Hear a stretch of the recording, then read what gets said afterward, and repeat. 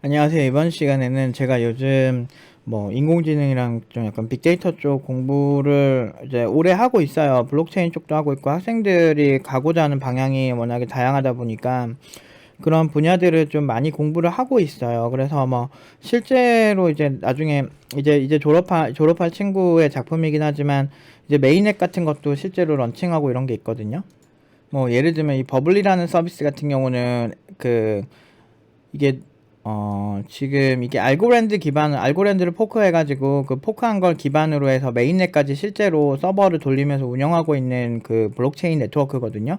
그 티누바 팀원들이 생각보다 수준이 되게 높아요. 그래서 이 친구들 같은 경우는 이런 어 1세대 코인부터 해가지고 지금 현 세대 또 웹3 이런 데까지 트렌드를 전부 교육을 시켰고, 그런 걸 기반으로 해가지고 이 친구 같은 경우는 블록체인 쪽에도 되게 고연봉으로 갈 친구들이에요. 그래서 이 친구들 같은 경우는 아무튼 알고랜드가 있고, 그냥 단순히 알고랜드만 쓴 게 아니고 알고랜드에 얘네들만의 어떤 새로운 그 기능들을 더 많이 추가를 해서 그런 업데이트까지 할 정도로 그 나름대로 여러 가지 시장 리서치부터 해가지고 좀 종합적으로 교육한 친구들인데, 이런 것들을 코칭을 하려면 여기에 AI도 들어가고 사실 정신 없거든요. 그러니까 단순히 그냥 그러니까 기존에 있는 이제 플랫폼 코인의 토큰만 이용해서 개발한 게 아니고 자기네들이 서버를 직접 운영해서 메인넷을 런칭했다고요. 국내 이런 거를 런칭하고 싶어하는 그런 그 자체 네트워크 메인넷 구축하고 싶어하는 개발사들이 엄청 많단 말이야. 근데 그런 쪽에서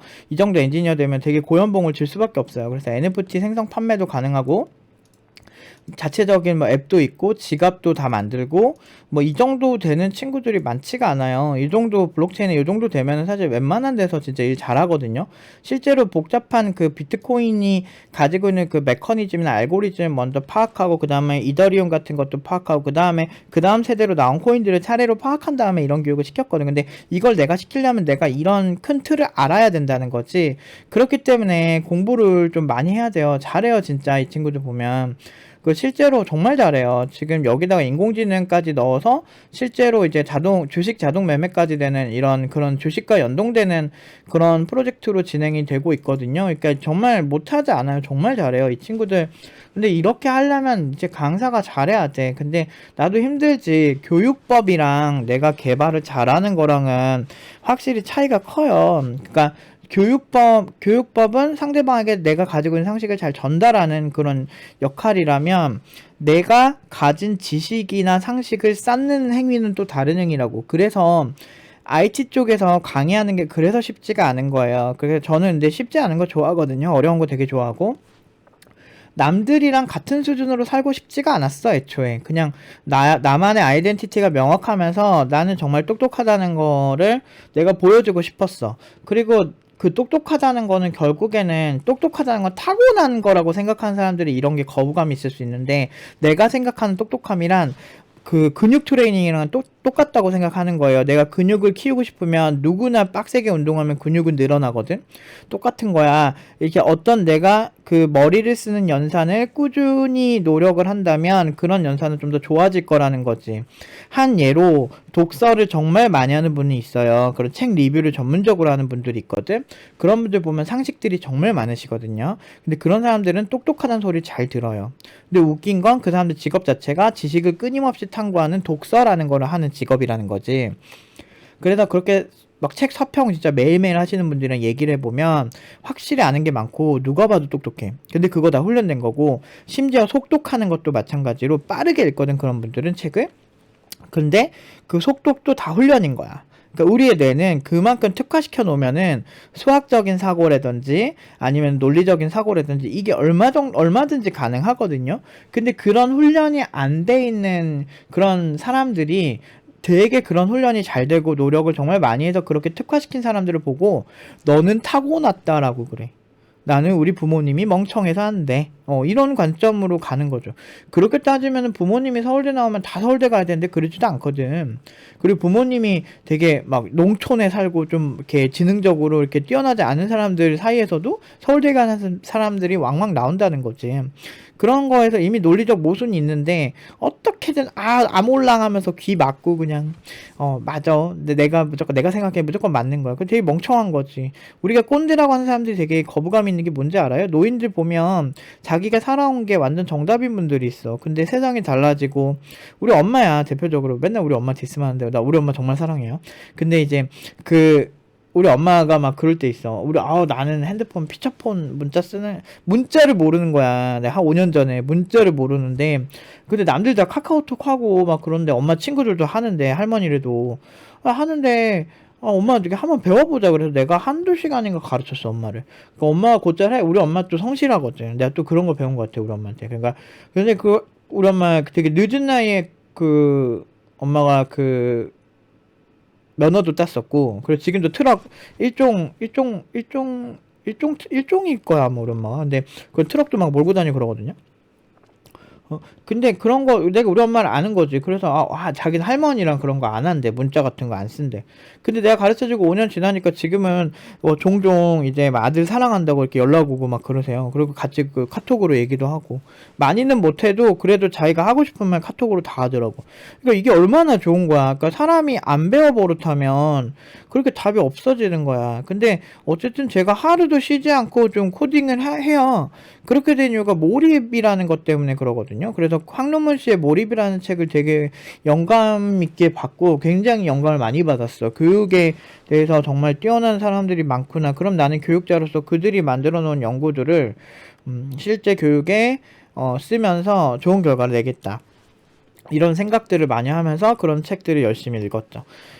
근데 이제 이게 단순히 교육의 문제만은 아니더라고요. 사람이 어떤 거에만 깊게 빠져 있으면 보너스로 오는 것들이 되게 많거든요. 뭐 예를 들면 뭐 축구 선수들 이번에 월드컵 16강 진짜 올라가서 정말 잘 되는데 그 축구 선수들조차도 어떤 사람들은 경기 전에 나는 뭐 속옷을 입지 않는다부터 해서 나름대로 징크스가 있잖아.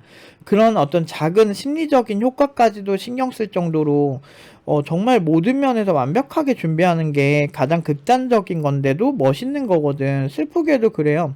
키보드 하나, 마우스 하나 그런 거 신경 다 쓰고 내가 앉아있는 의자까지도 신경 쓰잖아. 그래서 저도 뭐 가능한 이번에 컴퓨터 새로 샀는데 막 살 때 거의 한 1,000만 원 들었어요. 모니터 4대 제일 좋은 걸로 제 기준에서 좋은 걸로 바꾸고 뭐 예를 들면 그런 거야. 모니터를 사더라도 뭐 이렇게 이렇게 비율 같은 것도 좀 많이 따져요. 저는 이게 너무 이렇게 가로만 그러니까 영화 보는 데만 특화된 이런 것보다는 좀 이렇게 사무적으로 좋은 거 그런 비율적인 모니터도 이번에 델에서 나왔길래 샀는데 뭐 거의 90 얼마씩 그거 이제 저 모니터 4대 쓴단 말이에요.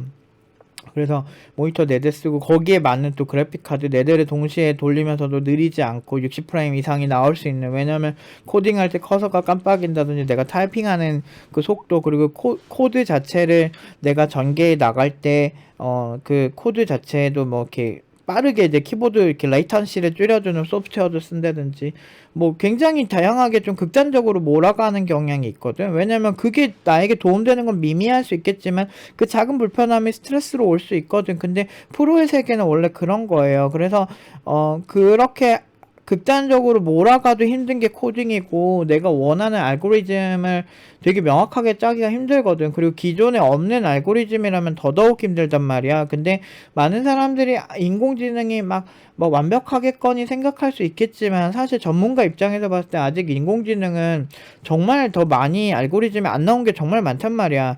뭐 예를 들면 동물을 인식한다. 같은 3D 모델링 오브젝트 지금 내부에서 팀노바에서 하는 프로젝트인데 그 3D 오브젝트를 이렇게 파싱하는데 동물을 파싱한다든지 사람을 파싱한다든지 그 어떤 그 사물을 인식해서 3차원 오브젝트화 시키는 이런 작업들을 하는 친구들이 있단 말이에요. 그런데 이게 동물이냐 사람에 대한 연구는 많이 돼 있어도 동물에 대한 연구가 많이 안 돼 있어요.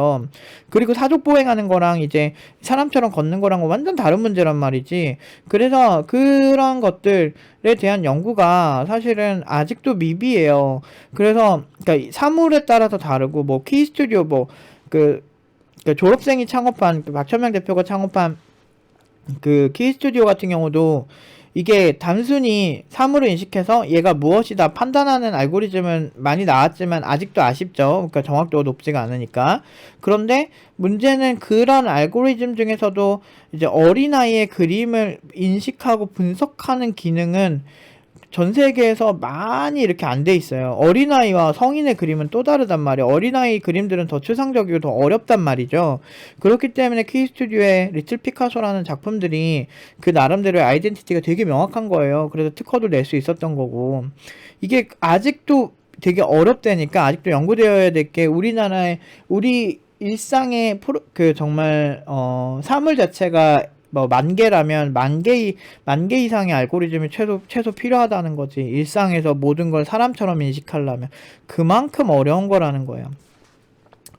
근데 이런 연구나 이런 공부를 수행할 때 제일 똑똑한 방식이 뭐냐면, 저 같은 경우는 여름에 이상하게 컨디션이 안 좋아요. 근데 나도 사람인지라 쉴 때가 있어야 될 거 아니야. 제가 한번 암투병이라고 하기도 그렇지, 암 수술을 한번 해보고 느낀 게, 이게 사람 몸 안 좋아진 거 한순간이고, 그리고 암 수술한 다음에 제가 2년 동안에 지금 같은 컨디션으로 목 컨디션이 오기까지가 정말 오래 걸렸단 말이야. 한 3년간은 한두 시간 이상 강의하면 그때부터 목 쉬기 시작했거든.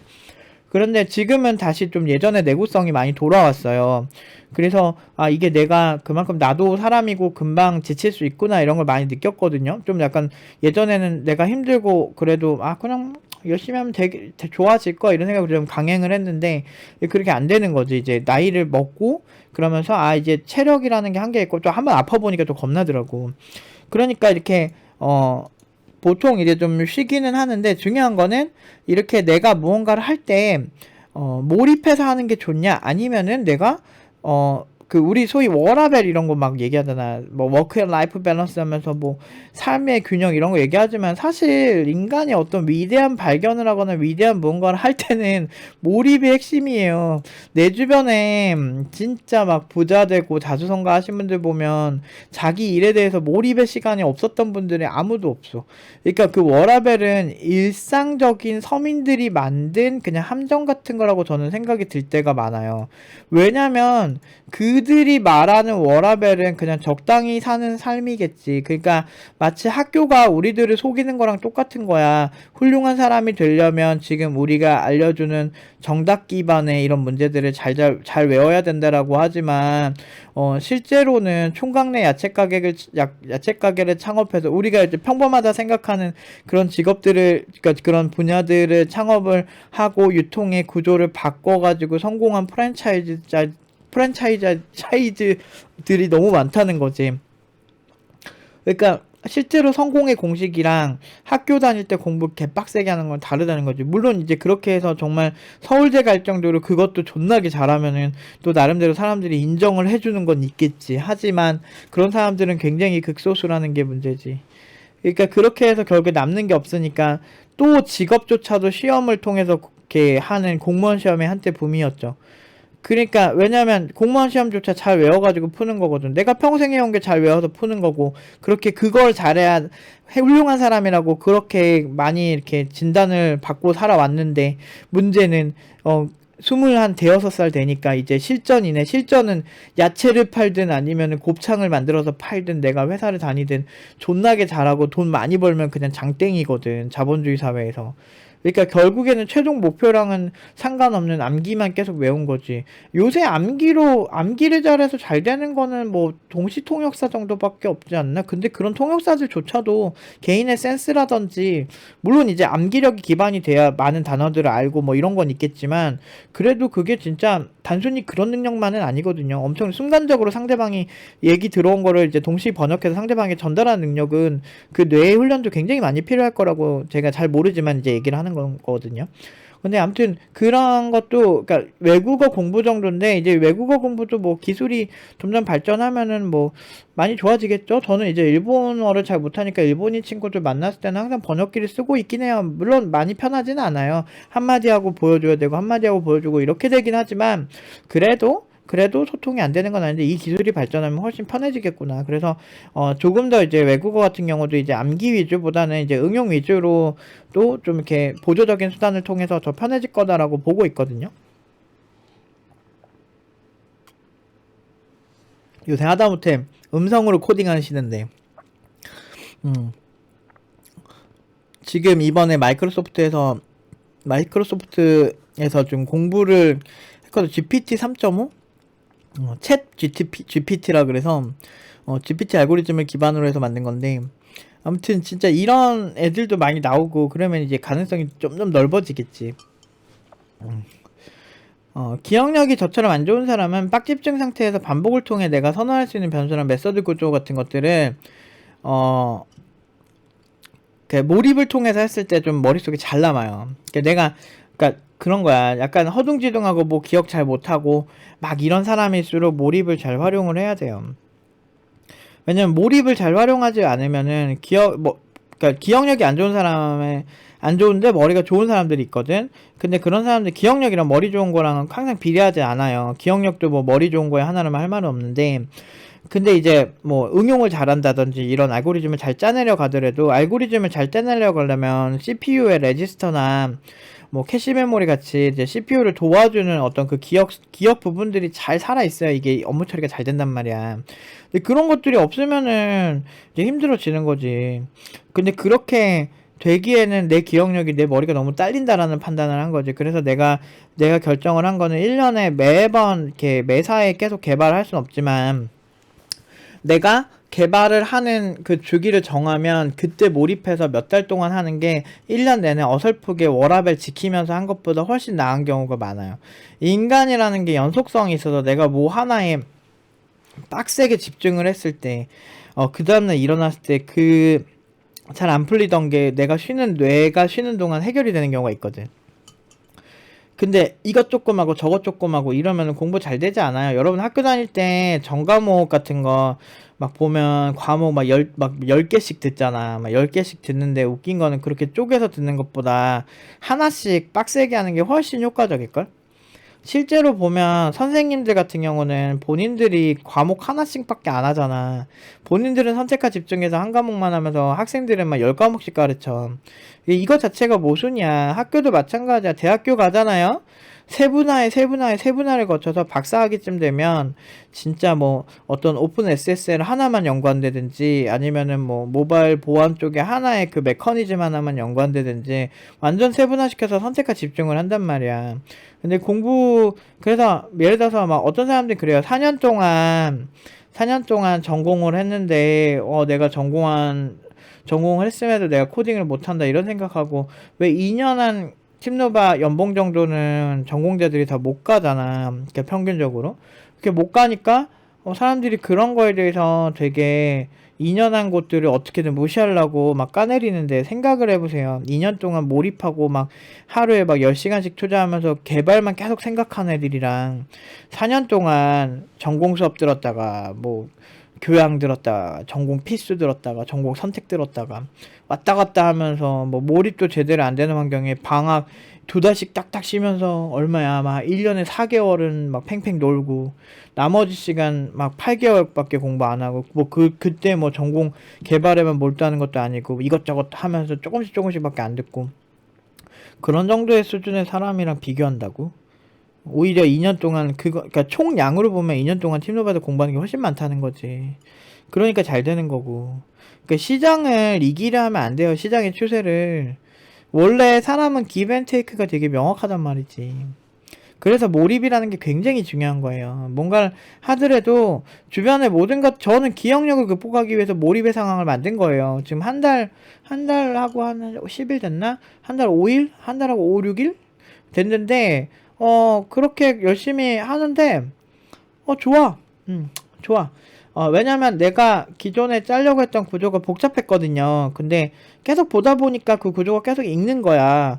그러니까 몰입이 이게 좋은 거야. 그러니까 일단 그러니까 이게 처음에 코딩을 시작하면 퇴근을 하잖아요. 퇴근을 하고 그 다음날 딱 이렇게 그걸 보면, 내가 어디까지 짰는지가 생생하게 기억이 안 나는 경우가 많아요.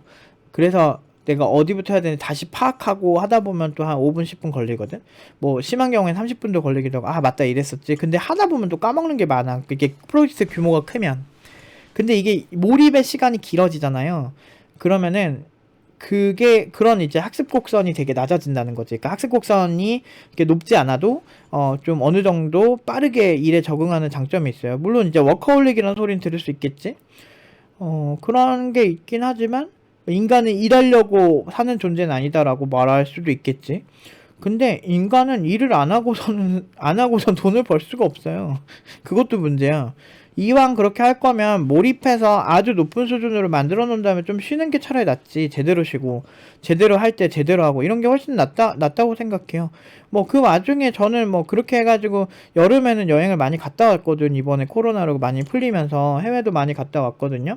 그때는 코딩이 너무 안 되니까. 근데 이제 머리가 시원해지는 막 9월 이후부터는 제가 그때부터 좀 빡집중을 해서 코딩을 하고 그때 수준을 확 높여놓고, 그렇다고 해서 막 여름에 아예 노는 건 아니지만 내 일 할 건 다 하고 할 건 다 하지만 공부를 지금처럼 극단적으로 하지는 않는다는 거지. 근데 한 뭐 겨울까지는 극단적으로 할 생각이에요. 왜냐면 지금 굉장히 내가 원하는 결과가 많이 잘 나오고 있거든.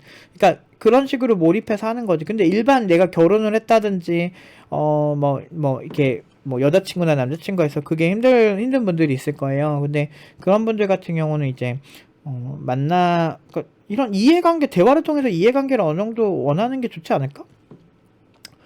아마 나는 예전부터 일을 되게 소중하게 생각하는 사람이었고, 그러니까 이렇게 뭔가 하는 거 되게 중요하게 생각했고, 뭐 연애 관계에는 그렇게 많이 그렇게 막 많이 관심이 많이 없었던 것 같아요. 그러다 보니까 그러니까 그래서 뭐 지금 뭐 이렇게 되는 건지 모르겠지만 어쨌든 내가 원하는 결과들은 많이 이렇게 가져가는 것 같아요. 물론 이제 금전적으로는 답이 없긴 한데 답이 없긴 하지만 어쨌든 내가 잘못한 건 아니니까. 원래 학원의 본질은 여기를 선택한 사람들을 성장시켜주는 게 핵심이에요. 그리고 성장시키고 장기적으로 잘 되게끔 만들었는데 그 방법을 잘 써서 그렇게 해서 장기적으로 성장하고 뭐 해외 기업도 이제 가고 그리고 창업해서 아주 열심히 이렇게 뭐 좋은 투자를 막 누적 투자가 막 수십억이 될 정도로 막 그렇게 받는 친구들도 나왔고 창업 1년 만에 그리고 배운 지 3년밖에 안 된 친구가 나한테 졸업한 지 3년밖에 안 된 친구가 나름대로 뭐 카카오 같은 데 다니는 친구들도 많고 저 나름대로 괜찮다고 생각하거든요. 좋은 방향으로 잘 유도했다 생각하는데 그거를 시장이 잘 못 받아들이는 건 내 문제는 아니겠죠. 어쨌든 저는 그래요. 전 논리적이지 않은 사람들을 좀 혐오하거든요. 왜냐면은 그냥 감정으로 얘기하기 시작하면 내가 기분 지금 나쁘면은 그냥 기분 나쁜 게 돼버리고 모든 사람들이 내가 기분 좋으면 모든 사람들이 되게 좋은 거야. 나는 근데 그렇게 감정적인 사람 옆에 있으면 되게 힘들더라고. 내가 아는 분이 있었는데 자기가 이가 아프대. 이가 아픈데 얘기를 안 해. 근데 같이 여행 갔었거든? 여행 갔는데 막 되게 짜증을 많이 내고 막 주변 사람들이 그 사람 눈치 계속 보게 만드는 거야. 내 나이가 50대가 넘은 용이라서 이제 우리도 막 그거 가지고 어떻게 함부로 못 하겠는 거야. 여행을 같이 갔는데 기분 좋게 같이 가자고 했는데. 근데 그렇다고 해서 뭐 자기가 계획을 세우는 것도 아니야. 막 우리가 부산 여행 갔었거든. 그래서 내가 어디를 가자 이렇게 해가지고 되게 예쁜 명소들을 내가 계획을 좀 세워놨단 말이야. 같이 가려고. 근데 가는 데마다 얼굴 막 그 표정 막 되게 안 좋고 그러니까 불편한 거야. 근데 그 다음날 갑자기 또 아팠던 게 좀 덜 아파졌나 봐. 갑자기 또 급방긋하는 거야. 왔다 갔다 해. 근데 나는 내가 친구나 이런 사람이어서 난 분명히 얘기했을 거야. 아니 너는 네가 하는 거 좆도 없으면서 왜 이렇게 짜증만 내냐고. 아니면 네가 이게 싫으면 네가 계획을 세우라고 막 이렇게 했을 거야. 왜냐면 내가 숙소 예약부터 내가 다 했단 말이야. 모든 걸 내가 다 했는데 그렇게 하는데 그래도 어느 정도 모시고 가려고 했었지. 나보다 형이시니까. 근데 그게 이제 선을 넘는 거야. 그 다음부터 이제 같이 가기 싫어. 그리고 되게 웃긴 거는 그 사람들 사이에서 나중에 뭐라 그러냐면은 그때 노프랑 어디 여행 갔는데 별로 재미없더라 막 이러고 다니더래. 그 분위기 안 좋게 만든 건 그 형이었거든. 나만 간 게 아니고 내 친구들도 같이 갔기 때문에 다 알아요. 우리 다 공통된 얘기였어. 저 형 왜 이렇게 짜증을 내? 막 이랬단 말이야 우리가 그때.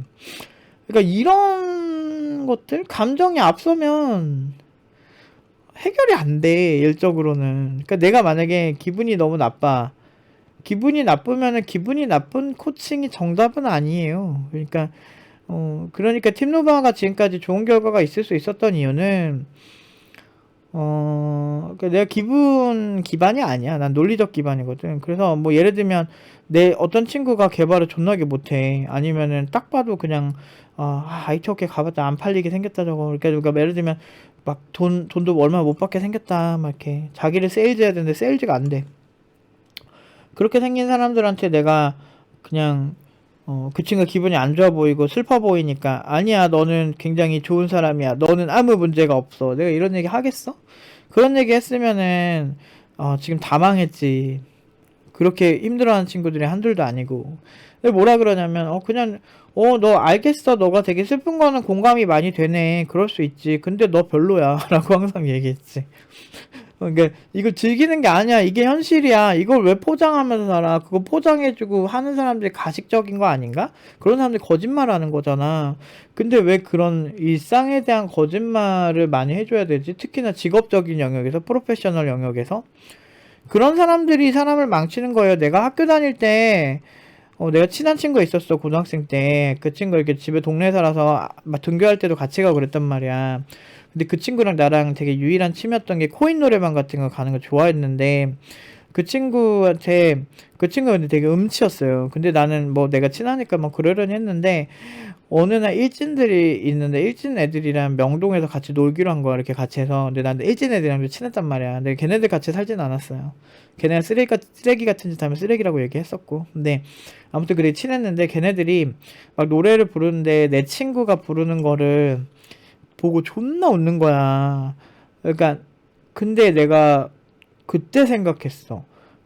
이게 나는 그 친구한테 그렇게 뭐 그러니까 익숙해져가지고 음치라고 얘기는 안 했지만 음치란 거 알고는 있었거든. 근데 이런 거 불특정 다수 또는 친하지 않은 대상들이 봤을 때 그리고 나를 객관적으로 냉정하게 평가하는 사람들이 봤을 때 그러니까 물론 그건 취미니까 상관없었지만 이게 직업이었다면은 내가 가수가 되고 싶다는 애한테 냉정하게 얘기해주는 게 차라리 나을 수도 있었겠구나라고 생각이 들었어.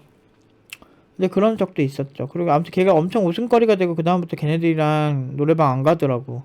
그러니까 그만큼 이게 상처가 될 수 있다는 거지. 그러니까 물론 이제 취미 영역에서 그렇게 한 일진들이 잘못한 거긴 하죠. 사람 아무리 노래 못해도 뭐 그렇게 깔깔깔깔 웃으면서 노래 존나 못한다 그렇게 할 건 아닌데 근데 만약에 이게 프로의 영역이었다면 만약에 이 친구가 가수 지망생이었다면 걔는 자기가 노래 잘한다고 생각하고 있었거든.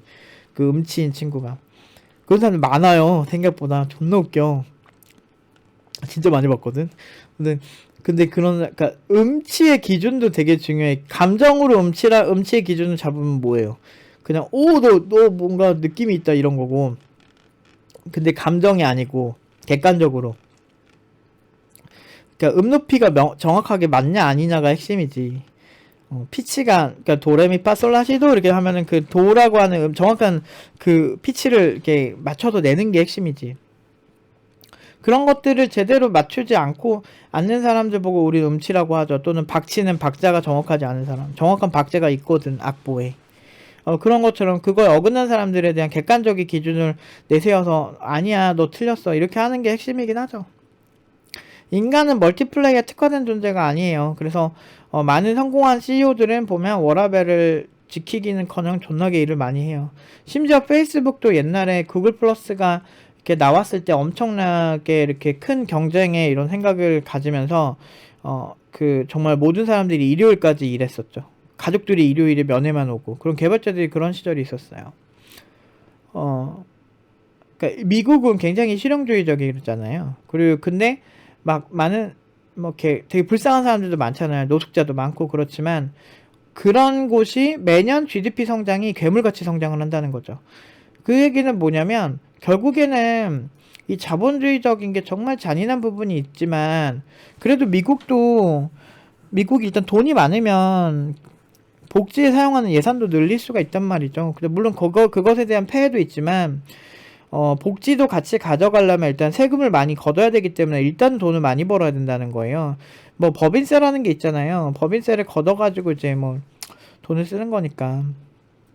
그래서 어쨌든 제 생각은 그냥 진짜 뭐 워라벨이라고 하는 함정 뭐 그런 거에 너무 안 빠졌으면 좋겠어요. 일단은 오히려 워라벨이 없이 뭔가에 막 집중했을 때가 훨씬 워라벨을 나중에 지키는 경우가 많더라고요.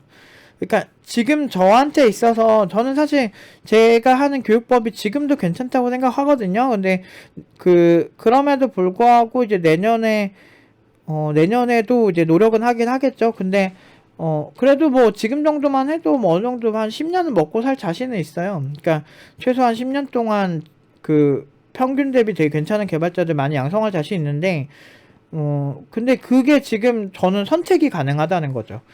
내가 지금까지 20년 동안 해오던 게 있기 때문에, 20년 가까이 해온 게 있기 때문에, 지금 정도로 안 좋아할 수도 있겠지만, 내년에는 어떻게 하면 더 5,700, 5,800으로 더 보낼 수 있을까? 지금 시장에서 어떤 개발자를 그런 연봉을 더 선호할까? 그런 연봉에 걸맞는 개발자라고 생각할까라는 거를 더 연구를 해나가겠죠?